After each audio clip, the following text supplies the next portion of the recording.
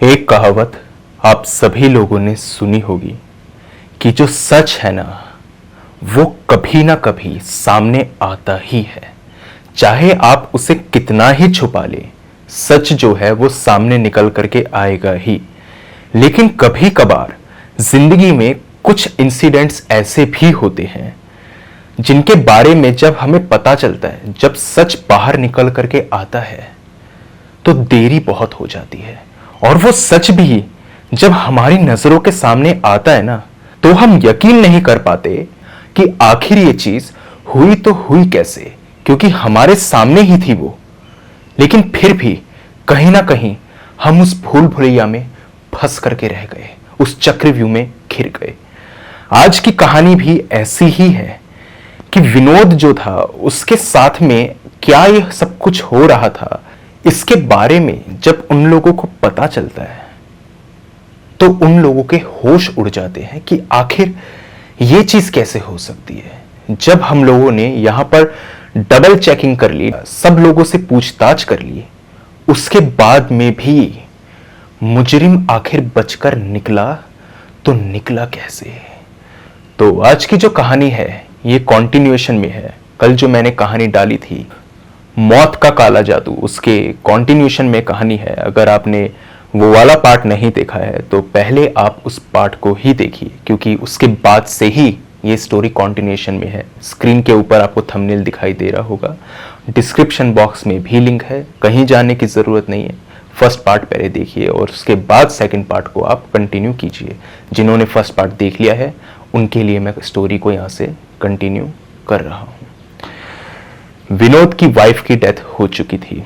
विनोद के सामने सच भी आ चुका था कि इधर जो है रिपोर्ट्स के अंदर ही मैनिपुलेशन की गई है। लेकिन कहीं ना कहीं वो सारी बातें जो उनकी वाइफ ने एक रात पहले की थी कि मुझे सांप दिखाई दे रहा है, मुझे बिच्छू दिखाई दे रहा है, मुझे दीवार के अंदर किसी के होने का एहसास हो रहा है, कोई इंसान मेरे सपने में आया था, ये सारी चीजें जो है ये किसी भी पेशेंट के जिसके दिल के अंदर छेद हो उससे मिलते जुलते लक्षण तो नहीं है। खैर फिर भी उन्होंने अपने इस एहसास को दबा दिया और जब उनकी वाइफ की डेथ हुई उससे मूव ऑन करने में उन्हें थोड़ा सा टाइम भी लगा। कुछ 15 से 20 दिन बीत चुके थे। 15 से 20 दिन बीतने के बाद में वही सिम्टम्स जो उनकी वाइफ को होते थे वो अब उनके साथ में भी होने शुरू हो चुके थे। उन्हें भी यही एहसास होता था कि कोई उन्हें डुबाने की कोशिश कर रहा है। उन्हें घर के अंदर बिच्छू दिखाई देता था, कॉकरोच दिखाई देता था।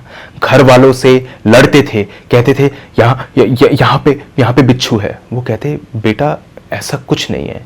लेकिन कहीं ना कहीं वो ये चीज़ जानते थे कि उनकी वाइफ के साथ में भी यही सब चीज़ें घटी थी। वाइफ की डेथ के बाद में वो वापस से अपने घर परिवार में अपनी फैमिली के साथ में मूव इन कर चुके थे। घर वाले भी इस चीज़ को देख रहे थे और बहुत टेंस्ड थे कि आखिर ये क्या हो रहा है, क्योंकि विनोद ने कभी भी इस बात का जिक्र घर वालों से तो किया ही नहीं था कि उनके वाइफ के साथ में क्या सिम्टम्स थे। अगर शायद से वो इसका जिक्र करते तो इस बात को शुरुआत में ही सॉल्व कर लिया जाता, शायद, कंफर्म नहीं, शायद। फिर भी घर वालों ने सोचा कि मेंटल ट्रॉमा है और इसी के चलते ऐसी हरकतों को अंजाम दे रहा है। लेकिन धीरे धीरे करके जो ये हरकतें थी ये एक नए रूप में तब्दील होती चली गई। खैर ये सिम्टम्स भी इग्नोर किए जा सकते थे कि ये तो मेंटल ट्रॉमा है, लेकिन अब जो इधर कुछ होने वाला था उसे इग्नोर नहीं किया जा सकता था। अब वो इंसान यहां पर अपने आप को चोट पहुंचाना शुरू कर चुका था। अपने आप को थप्पड़ मारता था और हंसता था। अपने आप को इधर इतनी तेज मुक्के मारता था कि नील पड़ जाए और तब भी हंसता रहता था। कभी कभी वो इंसान इतना ज्यादा अपने आप को मारता, अपने हाथ को इधर तोड़ने की कोशिश करता कि जो हड्डी है उसमें इधर हेयर लाइन फ्रैक्चर हो जाता। इसी के साथ साथ एक दिन तो उन्होंने हद ही कर दी। वो यहां पर कहते हैं मुझे कच्चा मांस खाना है। कच्चा मांस? विनोद जो पूरी तरह से वेजिटेरियन था वो मांस खाने की जिद कैसे कर सकता था। घर वालों ने कहा कोई मांस वास नहीं मिलेगा, चुपचाप बैठ जाओ। तो उन्होंने यहां पर अपने पिता को ही एक खींच करके थप्पड़ मार दिया और कहा, मुझे कच्चा मांस ला कर दे, नहीं तो तेरा हश्र बहुत बुरा होगा। ये तो मरेगा ही, साथ में तू भी मरना चाहता है क्या? जैसा कह रहा हूं वैसा कर। वो बहुत डर चुके थे और उन्होंने सोचा कि देखते हैं इसका रूप क्या है, अगर कच्चा मांस इसको खिलाएंगे तो शायद से और चीजें रिवील कर सके। कच्चा मांस वो बहुत वहशीपने से यहाँ पर खा रहा था। इसी के साथ साथ वो यहाँ पर शराब पीने की भी डिमांड करता और शराब की जो बोतल होती उसको पूरा एक बारी में ही यहाँ पर गटक जाता।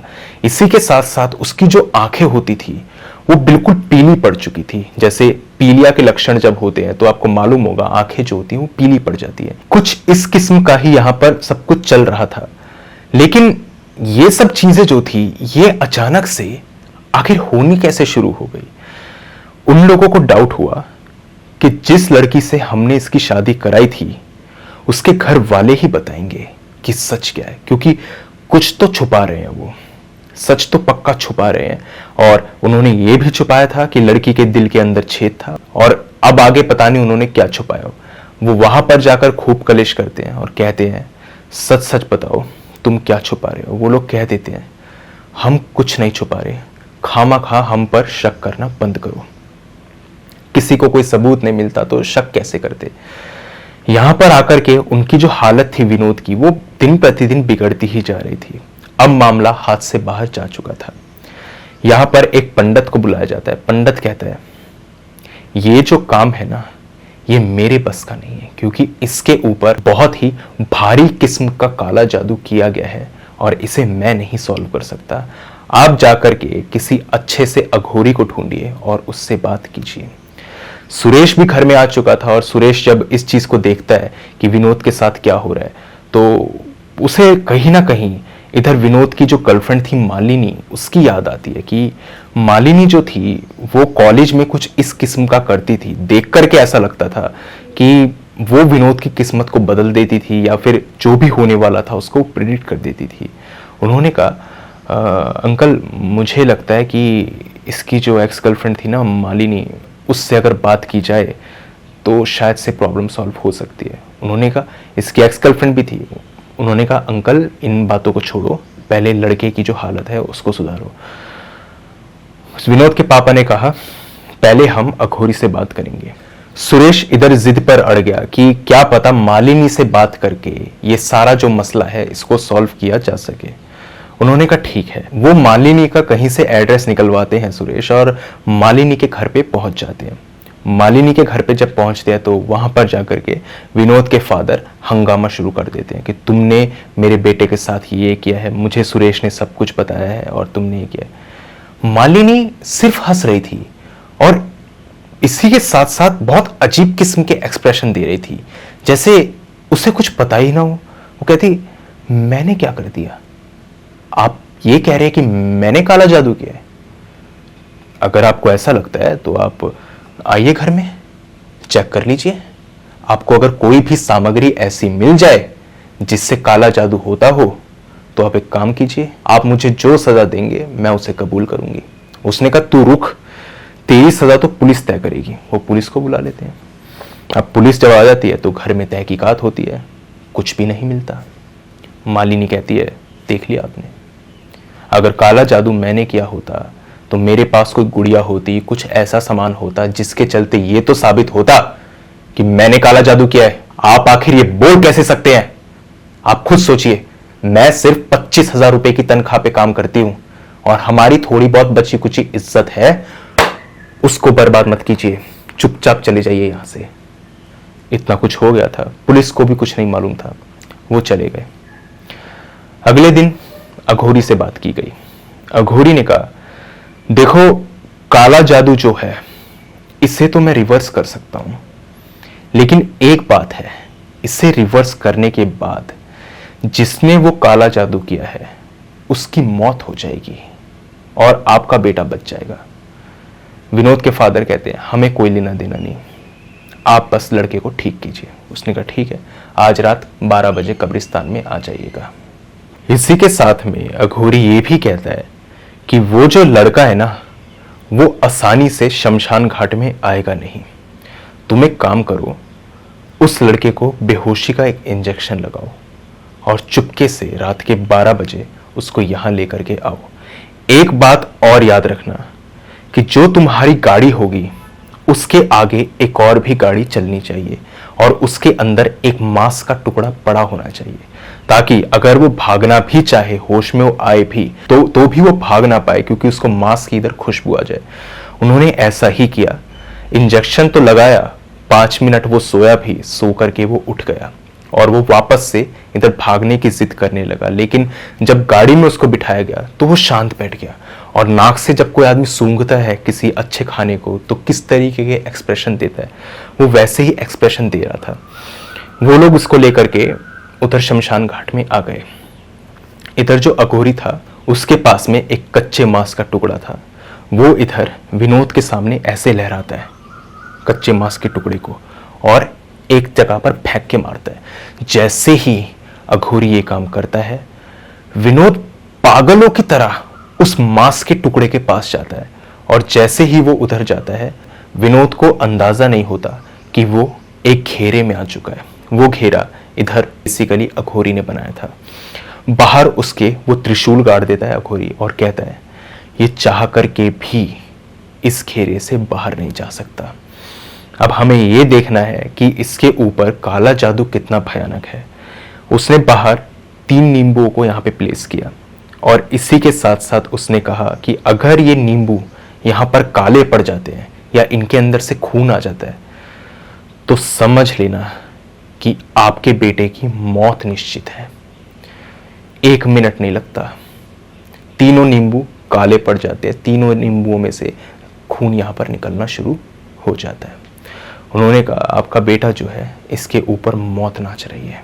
इसी के साथ साथ जब अघोरी ये काम कर रहा था तो विनोद जो था वो बहुत ही गुस्से भरी नजरों से अघोरी की ओर देख रहा था। और इसी के साथ साथ अघोरी और सुरेश और विनोद के फादर, ये तीनों लोग यहाँ पर एक चीज नोटिस करते हैं कि विनोद के पीछे एक साया खड़ा हुआ है और वो मुंह खोले साया जो है विनोद को खाने की कोशिश कर रहा है। उसका मुंह इतना बड़ा था कि वो विनोद का मुंह जो है उसको पूरा खा जाए। अघोरी ने इधर कहा कि ये जो साया है ये दिन प्रतिदिन बड़ा हुआ है और ये जब इतना बड़ा हो जाएगा, इसका मुंह इतना बड़ा हो जाएगा कि ये पूरा विनोद को खा सके, तो ये इसको मार डालेगा। इसी के साथ साथ जो विनोद था उसने भी ये कंप्लेंट करनी शुरू कर दी थी कुछ 1-2 दिन पहले कि मेरे को जो है छाती में हैवीनेस फील होती है, मुझे ऐसा लगता है कि मेरे कोई इधर पिन गाड़ रहा है, मेरे मतलब हार्ट में कोई पिन गाड़ रहा है, इस तरीके से उनको फील होता था। पर किसी ने भी इधर चेकअप नहीं कराया क्योंकि रिपोर्ट्स तो नॉर्मल थी ही।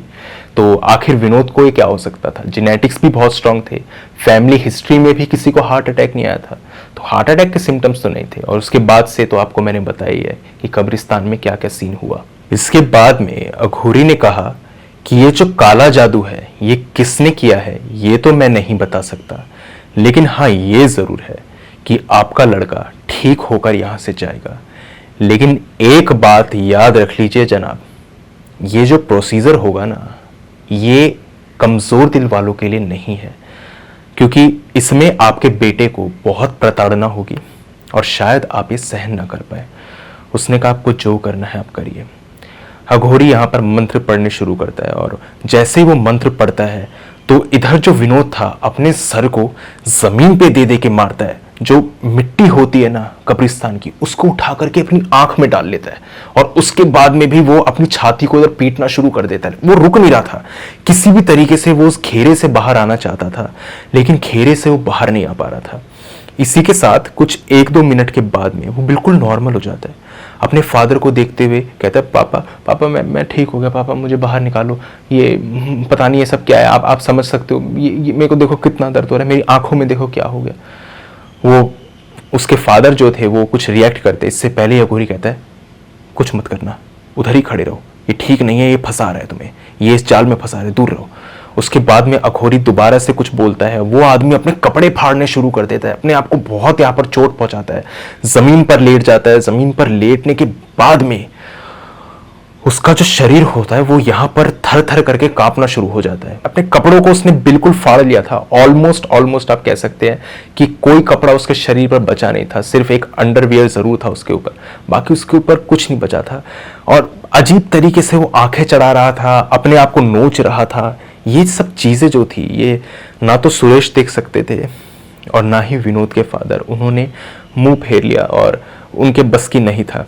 अघोरी कहता है, आप लोग देखिए कि इसके साथ क्या हो रहा है, क्योंकि इसी चीज़ का ये फ़ायदा उठाएगा और कहीं ना कहीं आप लोग जो हैं वो इस घेरे को तोड़ ना दें। इसलिए मैं कहता हूँ आप इस चीज़ को देखिए।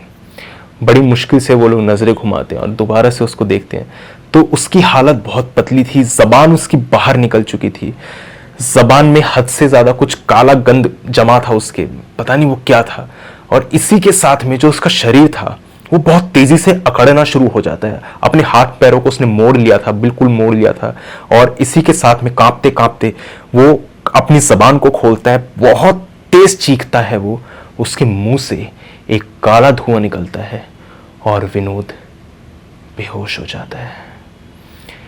एकदम कब्रिस्तान के अंदर सन्नाटा बिखर चुका था, जैसे अभी कुछ हुआ ही ना हो। यहां पर सच किसी को नहीं पता था कि आखिर काला जादू किया किसने। अगले दिन सब कुछ नॉर्मल था। विनोद तो बहुत वीक था ही, तो उसको तो हॉस्पिटलाइज होना पड़ा। कुछ 2 हफ्ते तक उसको यहाँ पर जो है ड्रिप ही चढ़ी, क्योंकि वो बहुत वीक था। और इसी के साथ साथ 2 हफ्ते बाद ये खबर आती है कि जो रवि था ना वो मर चुका है। सुरेश की आंखें फटी की फटी रह गई। रवि ने आखिर काला जादू किया तो किया क्यों? रवि ना तो कभी विनोद से चिढ़ता था, ना ही विनोद ने कभी उसके साथ कोई मजाक किया था। रवि ऐसा कैसे कर सकता था? विनोद के फादर भी पूछते हैं कि भाई आखिर क्या हुआ, एक लड़का कैसे मर गया? तो वो कहते हैं इसने काला जादू किया। अघोरी कह रहा था कि कुछ 2 हफ्ते के अंदर अंदर डेथ हो जाएगी। 2 हफ्ते बाद रवि मर गया और उसी तरीके से दर्दनाक उसकी भी मौत हुई थी, जो दर्दनाक मौत वो विनोद को देना चाहता था। किसी को कुछ नहीं पता। आसपास इन्वेस्टिगेशन की गई तो पता चला कि रवि तो काला जादू करता ही नहीं था। उससे तो पता ही नहीं था कि ये सब करा कैसे जाता है, ये तंत्र विद्या क्या है। अच्छा, तो आखिर ये किया तो किया किसने? उन लोगों को बहुत इधर शर्मिंदगी महसूस होती है कि मालिनी की जो जिंदगी थी वो उन लोगों ने यहाँ पर एक तरीके से बर्बाद करने की कोशिश की थी। रवि की डेथ के बाद में इधर जो विनोद थे, विनोद के फादर और सुरेश, ये तीनों लोग मालिनी के घर जाते हैं, उससे अपोलोजाइज करते हैं और कहते हैं हम लोगों ने जो भी किया वो बहुत गलत किया। हमने तुम पे शक किया। तुम्हारा पास्ट जो भी रहा होगा विनोद के साथ में, वो सब चीज़ें जो हैं उसको छोड़ो, लेकिन जो हमने किया उसके लिए हम तहे दिल से तुमसे माफ़ी मांगते हैं। मालिनी बिल्कुल नॉर्मल थी। वो उनको अपने घर में बुलाती है। और एक बात मैंने शायद यहाँ मिस कर दी, वो अब मैं इधर मेंशन कर देता हूँ। मालिनी के साथ में एक औरत भी जो थी वो लेटी हुई थी। काफ़ी बूढ़ी औरत थी वो, और पहले भी जब उनके घर में इधर पुलिस की रेड पड़ी थी तब भी वो औरत थी। और मालिनी ने कहा था कि वो मेरी माँ है, काफ़ी वीक है, बहुत ही कम वो चल सकती है। मालिनी उन सबको यहाँ पे बिठाती है और कहती है कि जो मेरी माँ है उनका दिल सबसे ज़्यादा टूटा था इस इंसिडेंट के बाद में। तो आज जो वो हैं उन्होंने आपको क्षमा किया है और वो आपको अपने हाथों से चाय पिलाना चाहती है। तीनों के लिए चाय पेश की जाती है। तीनों लोग यहाँ पर चाय पीते हैं और विनोद भी चाय पीते हैं। विनोद चाय पीते हुए मालिनी से आंखों ही आंखों में एक माफ़ी का इजहार करते हैं और कहते हैं कि जो भी हुआ उसके लिए मुझे माफ़ कर दो। चाय पी करके 2-4 बातें और की जाती हैं और कहा जाता है कि मालिनी कोई भी दिक्कत हो तो मुझे कॉल करना। मैटर रफा दफा हो चुका था। रवि ने ये काम किया क्यों था इसका पता नहीं चल रहा था। इस इंसिडेंट के 1 हफ्ते के बाद में दोबारा से विनोद की हालत खराब और अब उनके जो सिम्टम्स थे वो पहले से ज्यादा सीवियर थे। ये सब कुछ तो चल ही रहा था कि मांस खाना, शराब पीना, ये सब कुछ तो था ही, और इधर उनके फादर जो थे उन्होंने अघोरी से कांटेक्ट करने की कोशिश की, तो अघोरी जो था वो इधर शायद कुंभ के मेले में कहीं गया था, उनको ऐसा पता चला, तो उसका भी यहाँ पर 2 दिन बाद ही आना होता। इसी बीच किसी तरीके से उसको रोका गया, लेकिन वो रुकने का नाम नहीं ले रहा था। ना तो मालिनी पर शक गया, शक सिर्फ और सिर्फ रवि पर ही था। रवि मर चुका था। ये काला जादू किसने किया नहीं पता। सुरेश कहता थे कि मेरे को नहीं पता, विनोद के फादर कहते थे मेरे को नहीं पता, और अपने बेटे को तिल तिल करते हुए वो मरते हुए नहीं देख सकते थे। इसके बाद में जो इधर विनोद था वो पता नहीं कहां से इतना पावरफुल हो गया कि वो अपने बाप को और सुरेश को इधर बहुत तेज तेज धक्के मारने लग गया। अपने आप को और चोट उसने पहुंचानी शुरू कर दी, जिससे अभी ही वो उभरा था। भूखा रहना उसने शुरू कर दिया, बिल्कुल प्यासा रहना उसने शुरू कर दिया। पहले तो मांस मच्छी खाता भी था 1-2 दिन तक, तो उसके बाद वो भी खाना छोड़ दिया, पानी नहीं पीता था, डिहाइड्रेशन का शिकार हो गया था वो। और इधर जो था अघोरी वापस आ चुका था। वो लोग देर ना करते हुए शमशान घाट में जाते हैं। अघोरी से कहते हैं तुमने कहा था काले जादू का असर खत्म हो चुका है, तो अभी इस लड़के के साथ में ये क्या हो रहा है? वो कहता है ये काला जादू ही है। उसने कहा काला जादू? तुमने तो ठीक किया था ना, तो ये कैसे हो सकता है? उसने कहा इस पे फिर से किसी ने काला जादू किया है। विनोद के फादर कहते हैं मुझे नहीं पता, मेरा लड़का मुझे ठीक चाहिए। उन्होंने कहा वही प्रोटोकॉल आप अपनाइए पिछली बार वाला, और लड़के को यहां पर लेकर आइए। वो लोग विनोद को लेकर के आना तो जरूर चाहते थे, लेकिन घर पे जाकर के जब वो विनोद की हालत देखते हैं तो ये साबित हो जाता है कि विनोद इधर चलने फिरने की हालत में था ही नहीं। उसके हाथ पैरों से खून निकल रहा था। उसने जैसे ही ये बात बोली कि पापा मुझे ऐसा लग रहा है कि मेरे अंदर कोई तलवारें घुस जा रहा है, इसी के साथ साथ उसकी छाती में से यहां पे खून निकलना शुरू हुआ। और लास्ट लाइन जो उसने अपने पापा को बोली थी वो ये थी, पापा मुझे बचा लो, लगता है मैं जी नहीं पाऊंगा। इतने में ही उसके मुंह से बहुत सारा खून निकलता है। विनोद की इंस्टेंट डेथ हो जाती है।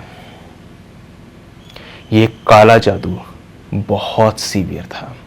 इसके पीछे कौन जिम्मेवार था किसी को कुछ पता नहीं चला। और अब तो ये काला जादू रिवर्स भी नहीं हो सकता था, क्योंकि इसका जो अंत था वो हो चुका था। विनोद के ऊपर जो ये आफत मंडरा रही थी, इसने अपना काम पूरा किया। और उसके बाद में बस वो लोग यही सोचते रहे कि ये काला जादू फिर से किसने कर दिया। इस बात को पूरा 1 साल बीत गया। अभी भी मन में एक ही सवाल घर करे बैठा था, किसने काला जादू कराया था? सुरेश जो था वो परेशान था, और वो अपने एक दोस्त पुनीत को जानता था, जिससे उसने इस लड़की का पता निकलवाया था। आपको याद होगा मैंने कहानी में भी बताया था कुछ टाइम पहले कि सुरेश ने अपने जानकार से यहां पर इंफॉर्मेशन निकलवाई थी। वो जानकार पुनीत ही था। पुनीत भी बेसिकली ये कॉलेज का ही दोस्त था, लेकिन इनके ग्रुप में इतना ज्यादा ये शुमार नहीं होता था। लेकिन ये जरूर था कि मालिनी के घर के पास रहता था। उसने यहां पर जाकर के बताया कि यार ये सब कुछ जो था रवि ने करवाया, और उसके बाद में भी विनोद की डेथ हो गई और रवि की भी डेथ हो गई। पुनीत ने कहा रवि की डेथ हो गई? कह रहा हाँ तुझे नहीं पता? कह रहा नहीं यार, वो क्या था ना, कॉलेज के 3rd ईयर में तुझे याद होगा कि मेरी रवि से लड़ाई हो गई थी और मैंने कहा था मैं उससे कभी बात नहीं करूंगा। कह रहा हाँ तो? कह रहा तुझे पता नहीं उसकी डेथ हो गई यहाँ पे? कह रहा नहीं यार मुझे नहीं पता, कितने टाइम पहले हुई? वो कहते हैं 1 साल से ऊपर हो गया। पुनीत अपना सर पकड़ लेते हैं और वो कहते हैं यार ये हुआ तो हुआ कैसे? उसके बाद में पुनीत कहते हैं इसके पीछे जरूर मालिनी का ही हाथ है। उन्होंने कहा मालिनी का हाथ है? मालिनी तो ये सब कुछ करती नहीं थी, हमें खुद शक था, हमने खुद कंफर्म किया। उन्होंने कहा तुम यहीं तो धोखा खा गए। हम सभी लोग जो इधर कॉलोनी के लोग हैं वो कभी भी मालिनी के घर के आसपास भी नहीं भटकते। तूने देखा होगा उसके घर के आसपास के 3 मकान खाली पड़े हैं। ये पता है क्यों? क्योंकि लोग कहते हैं कि ये औरत आफत है, ये औरत काला जादू करती है, और जिस पे ये औरत काला जादू कर दे उस आदमी की मौत निश्चित है। सुरेश कहते हैं तूने मुझे बताया क्यों नहीं? पुनीत ने कहा यार इस तरीके का कभी कोई माहौल बना ही नहीं, तूने तो बस ये कहा था कि मालिनी का एड्रेस दे दे। तुम तो पहले भी दोस्त थे, मुझे लगा अभी भी दोस्त हो गए। मैं तुझे अगर कुछ बताता तो तू यही कहता कि तुम दोस्ती में आग भड़का रहे हो, तो मैंने तो भाई कुछ बोला ही नहीं, पर अब बात ही ऐसी हो गई। उसने कहा ये रवि की डेथ के बारे में कुछ मालूम है तुझे? पुनीत ने कहा भाई मुझे बस इतना मालूम है कि रवि जो था इसने अपने एक एम्प्लॉय के साथ में धोखा किया था, उसके कुछ पैसे मार बैठा था ये 25,000 के आसपास। मालिनी जो थी ये उधर एक बार खीर लेकर के आई और इसने कहा कि ये खीर जो है ये जाकर के विनोद को खिला देना, और उस खीर के अंदर क्या था ये शायद रवि को भी नहीं पता था। उसने कहा था कि अगर तू ये चीज नहीं करेगा ना तो तेरी ये बात मैं पूरे समाज में फैला दूंगी। खैर मेरा एक दोस्त तो उसी कंपनी में था ही जो इधर रवि का दोस्त था, तो मुझे तो यहाँ पे कुछ मालूम था, लेकिन मेरा कोई रवि से लेना देना था नहीं, तो मैंने सोचा मैं इस बात को क्यों आउट करूं। लेकिन अब उसकी डेथ हो गई भाई, और ये शायद से जो काला जादू हुआ है ना ये इसी वजह से हुआ है, और उसके आगे क्या हुआ मुझे नहीं पता। सुरेश कहते हैं उसके बाद में उस काले जादू को रिवर्स भी कराया गया जिसके चलते रवि की डेथ हो गई थी। उन्होंने कहा भाई मुझे नहीं पता कि रवि ने काला जादू किया है नहीं, लेकिन उसको देख करके ऐसा लगता था कि वो खुद विक्टिम है। इधर सुरेश को भी विनोद की कही हुई बात याद आती है कि विनोद ने एक बार कहा था कि आज रवि अचानक से खीर देने कैसे आ गया, और उसके मुंह पे एक घबराहट थी। तो उन्होंने कहा तेरी बात सही है पुनीत, वो खुद विक्टिम था, लेकिन जब काला जादू रिवर्स हो गया तो फिर से काला जादू कैसे हुआ? पुनीत आगे बताता है कि जो उसकी गुरु है ना उसने वो किया है। कहता गुरु? भाई तुझे कोई वहम हो रहा है, वो उसकी माँ है। कहता तुझे ज्यादा पता है कि मुझे ज्यादा पता है। समाज में ये बात फैली हुई है कि वो उसकी गुरु है, उसी से उसने काला जादू सीखा था। और मुझे तो बस यही लग रहा है कि जब वो काला जादू इधर फेल हुआ तो उसकी माँ जो थी उसने पक्का काला जादू किया होगा, जिसके चलते इधर विनोद की डेथ हो गई। तो उन्हें याद आता है हाँ ये जरूर था कि उस दिन उसकी माँ ने ही चाय बनाई थी, जब मालिनी ने ये बात कही थी कि मेरी माँ ने तुम्हें यहाँ पे माफ किया है और वो तुम्हें यहाँ पर चाय पेश करना चाहती है। सुरेश अपना सर पकड़ करके रो पड़ा और उसे समझ नहीं आया कि वो करे तो करे क्या। गुस्से में वो कहता है लेके चल मुझे मालिनी के घर। इतने में ही इधर पुनीत कहता है भाई आज से कुछ 2 महीने पहले वो इस जगह को छोड़ करके जा चुकी है। रातों रात वो औरत गायब हो गई, उसका सामान भी गायब हो गया, वो घर भी खाली पड़ा है, बाहर ताला लगा है, जाकर खुद देख। देखते हैं तो सही में बाहर ताला पड़ा था। और पूछा जाता है पुनीत से, पुनीत कहता है किसी को उसके नए घर का पता नहीं पता, कहाँ वो लड़की चली गई इसका भी किसी को कोई अंदाजा नहीं है, लेकिन जब से वो गई है कॉलोनी में सिर्फ शांति ही है। ये बात आकर के जब विनोद के फादर को बताई जाती है कि इतना बड़ा घपला चल रहा था, उन्हें समझ नहीं आता वो इस बात पे विश्वास कैसे करे, लेकिन विश्वास करने के अलावा और कोई चारा था भी नहीं। और अब जो उनके साथ में हो चुका था उसको तो वो कभी भी रिवर्स कर ही नहीं सकते थे। आपको याद होगा इस कहानी की शुरुआत में मैंने आपको बताया था कि इस कहानी में इतने ट्विस्ट एंड टर्न्स हैं, अगर आपने पहला पार्ट देखा है तो, कि इतने ट्विस्ट एंड टर्न्स हैं इसके अंदर, आपको समझ में ही नहीं आएगा कि आखिर काला जादू किया किसने है, अनटिल एंड अनलेस आपके सामने क्लाइमैक्स ना खोल दिया जाए। तभी मैंने कहा था कि मुझे ये समझ नहीं आ रहा कि इस कहानी को मैं पेश कैसे करूं, सही तरीके से कर भी पाऊंगा या नहीं, वो तो आप मुझे खुद ही बताएंगे आपको कहानी कैसी लगी है। लेकिन इस तरीके की कहानी मैंने पहले कभी नहीं पढ़ी, बहुत ही अलग किस्म की कहानी थी। और जो इधर विनोद के साथ में हुआ उसका अंदाजा यहाँ पर कोई भी नहीं लगा सकता था।